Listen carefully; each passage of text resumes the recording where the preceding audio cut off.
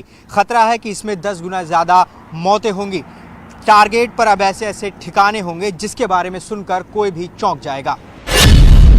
ये बात पहले से साफ है कि हिजबुल्लाह के पीछे ईरान है। ईरान से जैसे ही ऑर्डर मिलता है, हिजबुल्लाह इजराइल को टारगेट करता है। ये ईरान का ऐसा प्लान है जिसमें हिजबुल्लाह के हमलों के बाद इजराइल बुरी तरह उलझ कर रह गया है।